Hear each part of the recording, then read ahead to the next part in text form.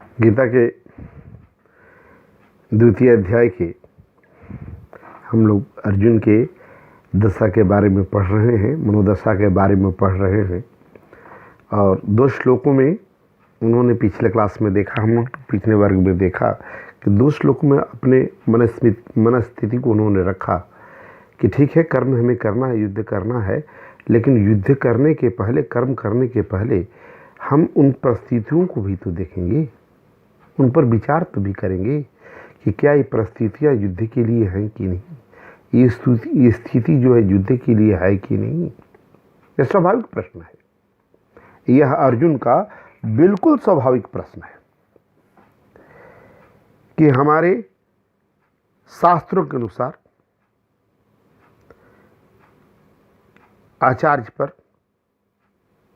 पितृ पर प्रहार नहीं करना है।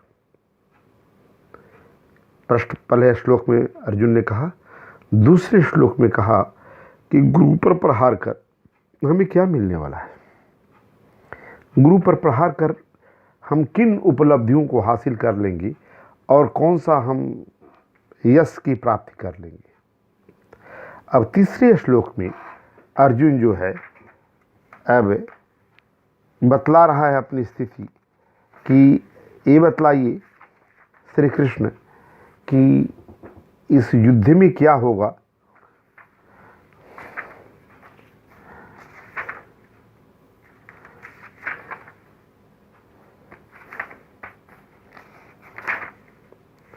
ये कोई जानता नहीं है, इस युद्ध में क्या होगा कोई नहीं जानता, इसका परिणाम क्या होगा, कर्म का परिणाम जो है कोई नहीं जानता, स्पष्ट है। 2 श्लोकों में उन्होंने पूरे श्री कृष्ण से युद्ध के पहले अपनी मनोदशा अर्जुन ने 5 श्लोकों में रखी है। 2 श्लोकों में देखा, पहले तो गुरु के बारे में, पिता के बारे में, पितामह के बारे में कहा। दूसरी बार उन्होंने गुरु की महिमा को लेकर प्रश्न खड़ा किया कि गुरु को मारकर और उनसे प्राप्त संपत्ति से हम प्राप्त क्या कर पाएंगे।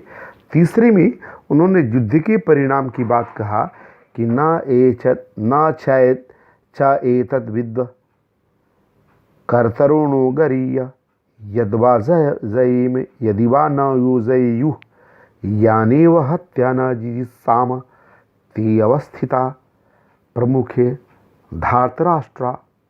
कहा कि न च एतद् विद्म, यह मुझे ज्ञात नहीं है कि क्या होने वाला है, कतरता जो हमारे लिए क्या श्रेष्ठ है, गरियो क्या श्रेष्ठ है, क्या नहीं श्रेष्ठ है, यह हमें ज्ञात नहीं है।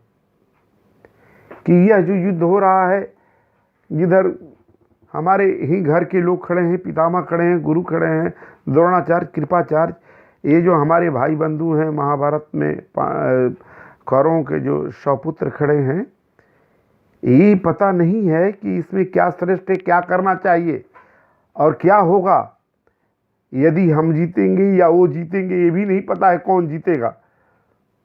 यानी वह हत्या, यानी वह हत्वा, जिन्हें मारकर न जिजिस्याम, जीने की हमें इच्छा नहीं होगी, ते अवस्थिता प्रमुखे धार्तराष्ट्रा, अपने भाइयों का वध करके, अपने पिता का वध करके, अपने वंश वालों का वध करके फिर कौन सी खुशी और किस मुख से व्यक्ति जो है उसका भोग करेगा, कैसे जिंदा रहेगा। यह बहुत प्रारंभिक सवाल जो है, एक बहुत व्यवहारिक सवाल श्री कृष्ण ने अर्जुन से किया है।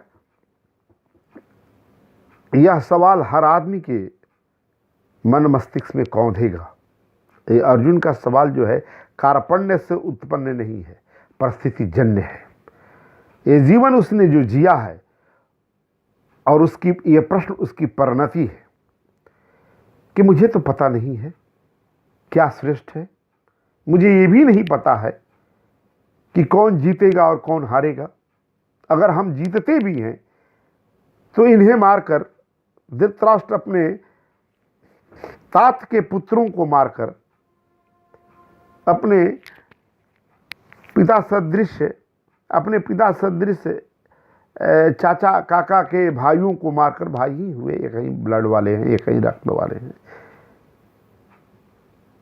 जीने की इच्छा नहीं है इन्हें मारकर, तो फिर ये सब कर्म क्यों हम करें? यह जो है स्वाभाविक प्रश्न है। पीछे वाले वृत्तांत अभी अलग है। यह जो है युद्ध में उत्पन्न हुआ है, कर्म के क्षेत्र में यह बात आई है। यह स्वाभाविक प्रश्न जो है अर्जुन जो है तीसरे श्लोक में करता है। चौथे 5 श्लोकों में किया है, 3 श्लोक का आप जान गए। इतना स्थिति स्पष्ट हो गया कि उसको पता नहीं है क्या श्रेय है, क्या श्रेयकर है, क्या नहीं है। जिन्हें मारकर वो जिंदा नहीं रहना चाहता है, वो अपनी बात भी कह दिया और उसके बाद कहता है। अब देखिए ये श्लोक जो है, चौथा श्लोक, बहुत ही अपने आप में मनोवैज्ञानिक भाव रखे हुए है और उस मनोवैज्ञानिक भाव को देखिए किस तरह से प्रकट करता है। कार्पण्य दोषो अपहत स्वभाव, कार्पण्य दोषो अपहत स्वभाव, कृपणता का भाव उसमें बहुत सारे हैं। विजय का भाव है, उत्साह का भाव है, वीर रस है, ये सब भाव उसके अंदर हैं। लेकिन अभी इस वर्तमान समय में कार्पण्य दोष हो गया, दुर्बलता आ गई है। कृपणता का दोष जो है, कार्पण्य दोष उपहत स्वभाव, और उस कार्पण्य, उस करुणा के दोष से, करुणा के भार से मन में जो कार्पण्य दोष आ गया है उससे उपहत हो गया, उससे ग्रस्त हो गया है।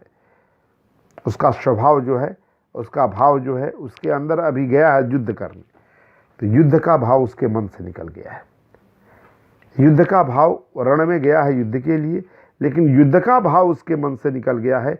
अब उसके मन में जो है कार्पण्य भाव जो है अपना स्थान ले लिया, और उस कार्पण्य दोष ने जब अपना स्थान लिया तो उसके हृदय से वीर रस निकल गया, उसके हृदय से कर्म निकल गया। अब वहाँ पर कार्पण्य भाव रह गया है। अब उसकी बात वह कहता है, पृच्छामि, प्रक्षामि मैंने अहम प्रक्षामि। अर्जुन कहता है कि मैं पूछता हूँ, त्वाम मैंने तुमसे, धर्म सम्मूढ़ चेता, कि मैं जो हूँ मोहग्रस्त चेता, मैंने हृदय वाला हो गया धर्म के मामले में। ये क्या धर्म है और क्या होना चाहिए, इसके प्रति मेरे मन में मोह आ गया है। यहाँ पर कृपणता जो आई है एक वीर पुरुष का, जिसका कर्म युद्ध है, और उसका स्वभाव जो है, उसका हृदय जो है कृपणता से ग्रस्त हो गया।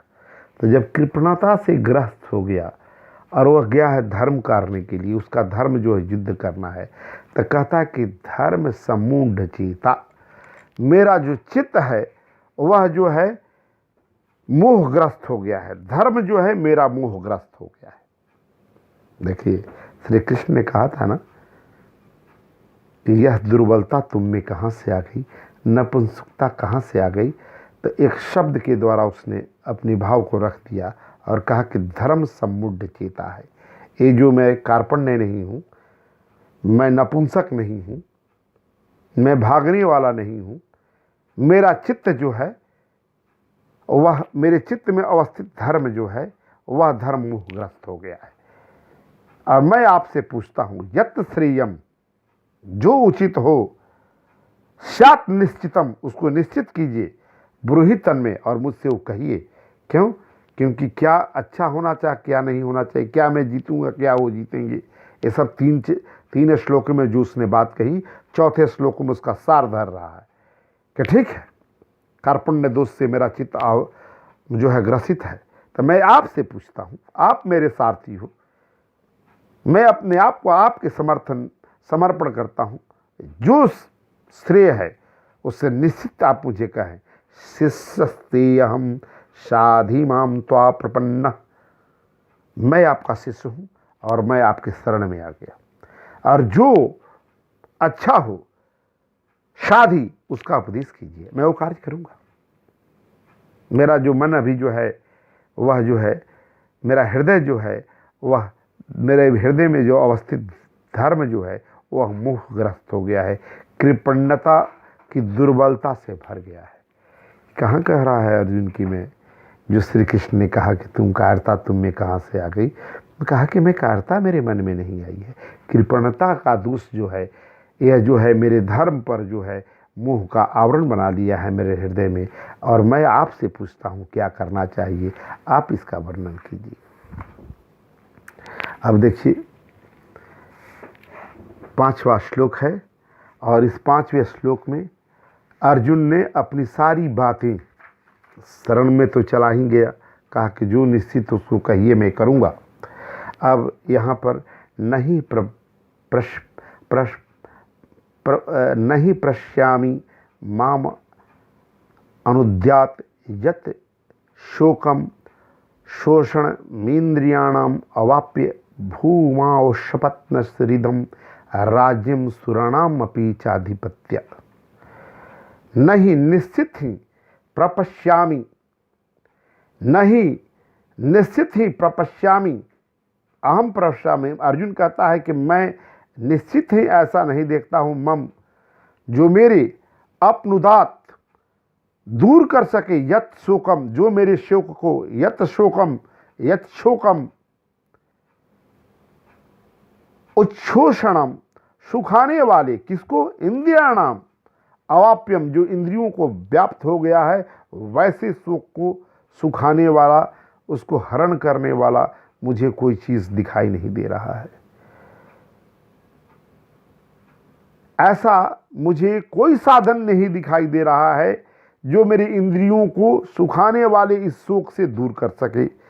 स्वर्ग पर देवताओं के आधिपत्य की तरह इस धन्य धान्य संपन्न सारी पृथ्वी पर निष्कंटक राज्य प्राप्त करके भी मैं इस शोक को दूर नहीं कर सकूंगा।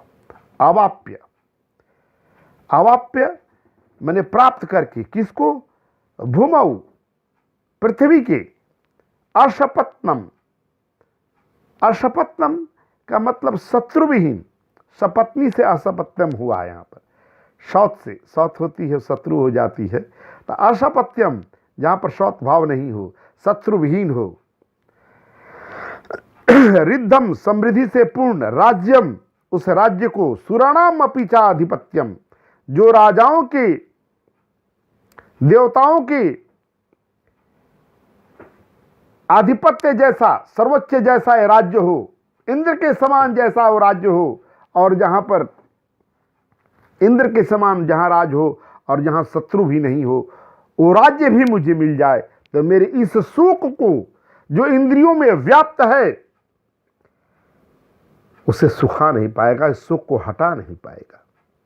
अब देखिए, जिसकी इंद्रियां शिथिल हो गई, इंद्रियां 5 ज्ञानेंद्रियां, 5 कर्म इंद्रियां, ये सारी शिथिल हो गई। ज्ञान इंद्रियां जो हैं, कर्म इंद्रियां जो हैं, सबने अपना जवाब दे दिया शोक में। इस तरह से शोकग्रस्त है कि आप वैसे भी देखोगे, सामान्य ढंग से आप देखिए कि जब व्यक्ति बहुत शोकाकुल होता है, किसी दुख से आहत हो जाता है, तो वह बैठकर प्रलाप करने लगता है, रोने लगता है, और इस तरह से रोने लगता है कि उसको सूध नहीं रहती है कि वो कहाँ बैठा है, क्या पहना है, क्या नहीं। पागलों सा बैठकर सुध ही को भूलकर, उसमें कोई ज्ञान नहीं, जहाँ है बैठा हुआ है, न चल फिर रहा, न उठ रहा है, अगर कोई पानी उसके थी पे गिर रहा है तो गिर रहा है, वैसे ही बैठा हुआ है, संज्ञा विहीन हो जाता है। जब इंद्रियां काम नहीं करे तो व्यक्ति, इंद्रियां जब शिथिल हो जाए तो संज्ञा विहीन हो गया। जब व्यक्ति संज्ञा विहीन हो जाएगा तो पुनः कौन सा कार्य करेगा। जब व्यक्ति संज्ञा विहीन हो जाएगा तो कोई कार्य नहीं कर पाएगा। यहाँ तो युद्ध ही करना है, यहाँ तो कर्म ही करना है। तो इस चौथे श्लोक में अपने समस्त चीज़ों को उसने बता दिया, और संज्ञा शून्य हो गया है, इंद्रियां काम करनी बंद कर दी हैं, युद्ध क्या करेगा अब क्यों कि उसका भी उसने पक्ष रख दिया है। अब देखिए अर्जुन की स्थिति ऐसी देखकर अब सारथी की स्थिति क्या होगी आप समझ सकते हैं। आप एक बलशाली आदमी को लेकर जा रहे हो, युद्ध कराने के लिए कि हमारा काम करेगा या अपना ही काम करेगा। अब जो वहाँ जाए और कहे कि ना भाई अब हमरा से तो ना हुई, अब मैं इससे काम में असमर्थ हो जाऊँगा, तो जिसके साथ गया है उसकी क्या स्थिति होगी। अब कहे कि अब आप ही जो बताइए वो करेंगे, हमसे तो एकदम न तीर उठ रहा, न धनुष उठ रहा, न कलम उठ रहा है, न परीक्षा दे पाऊँगा, मैं तो परीक्षा हॉल में जा भी नहीं पाऊँगा, अब मुझे बताइए मैं क्या करूँ। अब श्री कृष्ण जो हैं संजय कहते हैं धृतराष्ट्र से, एवं उक्त्वा हृषिकेशं गूढ़ाकेशः परम तपः नायोत्सः इति गोविंदम उक्त्वा तूष्णीं बभूवः। संजय जो है यहाँ पर धृतराष्ट्र से कहते हैं, ये कमेंट्री रनिंग कमेंट्री चल रही है ना कि महाभारत में क्या हो रहा है, रण क्षेत्र में क्या हो रहा है, यह बात जो है उनको दिव्य दृष्टि संजय को दी गई थी और धृतराष्ट्र को सुना रहे थे। हालांकि धृतराष्ट्र को ही दिव्य दृष्टि कहा था आचार्य ने, ऋषि मुनिवर ने कहा था कि तुम ही ले लो और तुम ही यहीं से बैठकर देखते रहो। तो धृतराष्ट्र ने कहा कि जिन बच्चों को मैंने बढ़ते नहीं देखा, तो मरते देख कर मैं क्या करूँगा, कौन सा मुझे धर्म की प्राप्ति हो जाएगी, से मैं केवल सुन ही लूँगा। वहाँ पर भी एक दिक्कत थी, धृतराष्ट्र ने दिव्य दृष्टि नहीं लेकर एक धर्म का वहाँ पर भी उसने पालन किया है। कौन से धर्म का पालन किया है? दाम्पत्य जीवन का सबसे बड़ा धर्म पालन वो किया है। जब गंधारी की शादी धृतराष्ट्र हो रही थी और वो जानती थी कि मेरा पति जन्मांध है, तो उसने अपनी आंखों पर पट्टी बांध ली। और एक समय ऐसा आया कि उसे जब दिव्य दृष्टि दी जाने लगी, तो उस गंधारी के प्रेम भाव को देखिए, उसके प्रति उसका समर्पण देखिए। गंधारी ने अपने पति के समर्पण अपनी आंखों पर पट्टी बांध ली और इस पुरुष ने, इस धृतराष्ट्र ने उसके सम्मान में एक तथ्य ये भी है कि उसके सम्मान में भी वह दिव्य दृष्टि उसने नहीं दिया। और दूसरी तो बात है ये है, जो जीवन भर अपने बच्चों को नहीं देखा पलते बढ़ते, उनके उस काल को छत बिछत सबों को क्या देखता, ये भी एक पक्ष है, ये भी एक तर्कसंगत न्याय है। तो संजय जो है धृतराष्ट्र से कहते हैं, एवं मुक्त्वा, इस तरह से कहकर हृषिकेशम कहते हैं श्री कृष्ण को, गूढ़ाकेश कहते हैं अर्जुन को, गूढ़ाकेश अर्जुन को परम तपः। यहाँ इस श्लोक में आप देखेंगे तो 4 विशेषण आए, हृषिकेश, गूढ़ाकेश, परम तप, गोविंदम। एवं मुक्ता हृषिकेशम गूढ़ाकेश परम तप, हृषिकेश गूढ़ाकेश प्रथम न योत्सम इति गोविंदम। गोविंद हुआ तुष्णी बभूवः। अब गूढ़ाकेश हृषिकेश जो है श्री कृष्ण के लिए आया है, तो इंद्रियों, हृषि मैंने कहते हैं इंद्रियों के स्वामी है। गूढ़ाकेश जो है अर्जुन को कहते हैं, निंद्रा को इसने जीत लिया था, इसलिए गूढ़ाकेश कहते हैं। अज्ञान को मिटाने वाला, ज्ञान जो है निद्रा है, अज्ञान जो है निद्रा है, और निद्रा को जो जीत लिया उसे निंद्रजीत भी कहते थे, गूढ़ाकेश भी कहते हैं। और अज्ञान को मिटाने वाला 3 अर्थ में आता है। 2 हुआ। परम तपः का अर्थ है जो जिसके नाम से शत्रु जो है भयकंपित हो जाए। और गोविंदम श्री कृष्ण है, इंद्रियों को आनंद देने वाला, इंद्रियों के आनंददायक श्री कृष्ण। एक बात ध्यान दीजिए, रामायण चाहे व्यास ने लिखी हो या जिस किसी ने गीता लिखी हो, इसमें 4 विशेषण जो दिए गए हैं, उन 4 विशेषणों पर ध्यान दीजिए। क्यों ये 4 विशेषण दिए गए? अर्जुन के 5 श्लोकों के बाद कि मैं युद्ध नहीं करूंगा, ये 4 विशेषण दिए गए। संजय ने कहा हृषिकेश, गूढ़ाकेश, परम तप, गोविंदम। एवं उक्त्वा नायोत्समिति तुष्णी बभूव, ठंडा हो गया, अलग हो गया, चुप हो गया, तुलसी मन चुप हो गया। पिछले श्लोक में अर्जुन ने कहा था ना कि मेरी इंद्रियां शिथिल हो गई, तो यहाँ पर ऋषिकेशा कहा गया कि इंद्रियों के स्वामी है वह व्यक्ति, भगवान है, श्री कृष्ण है और इंद्रियों का स्वामी है। तो जो व्यक्ति इंद्रियों को